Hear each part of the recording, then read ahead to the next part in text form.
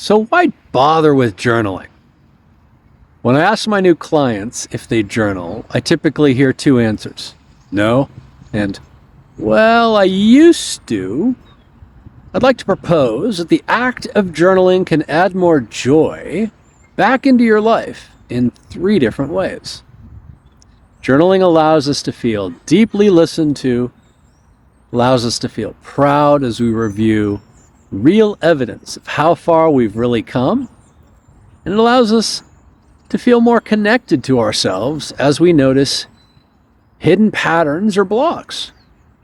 So how does it help us feel more listened to? Well, the main goal of journaling is to feel deeply listened to for immediate relief.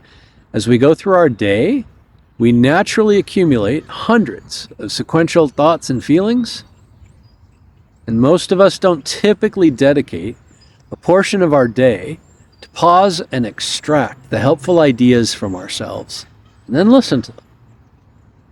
Every time we practice fine-tuning our self-listening, we're developing our emotional intelligence. And what about this difference gap in feeling more proud?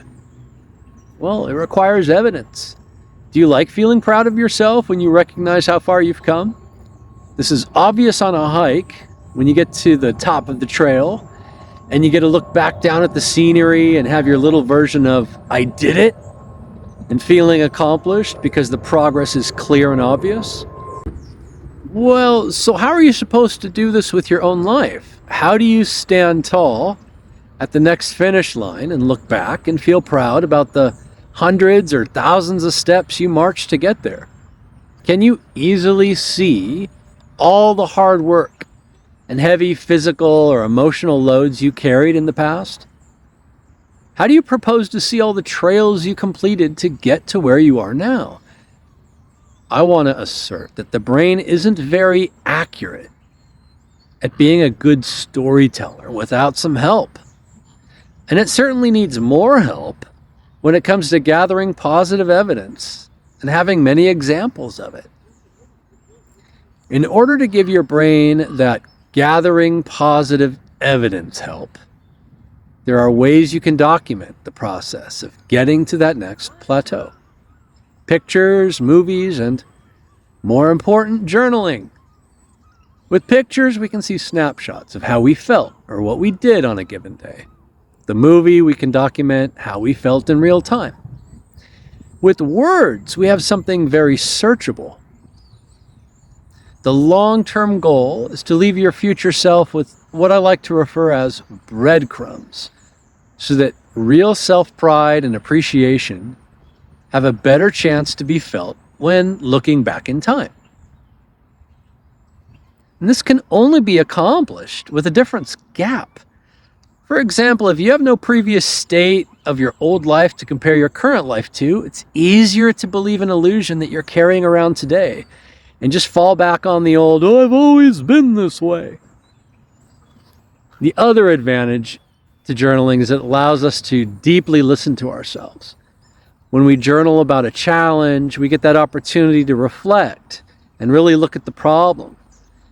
Maybe finally stop ourselves from wiggling out one more time from that thing we're hesitating on or putting off, because we finally wrote something down and discovered a block or found our way out. It enables us to get back into committed action. So those are three ways that journaling becomes your best friend. It's not about doing it right. It's not about being perfect at it. If you do it once a week, that's better than doing it never.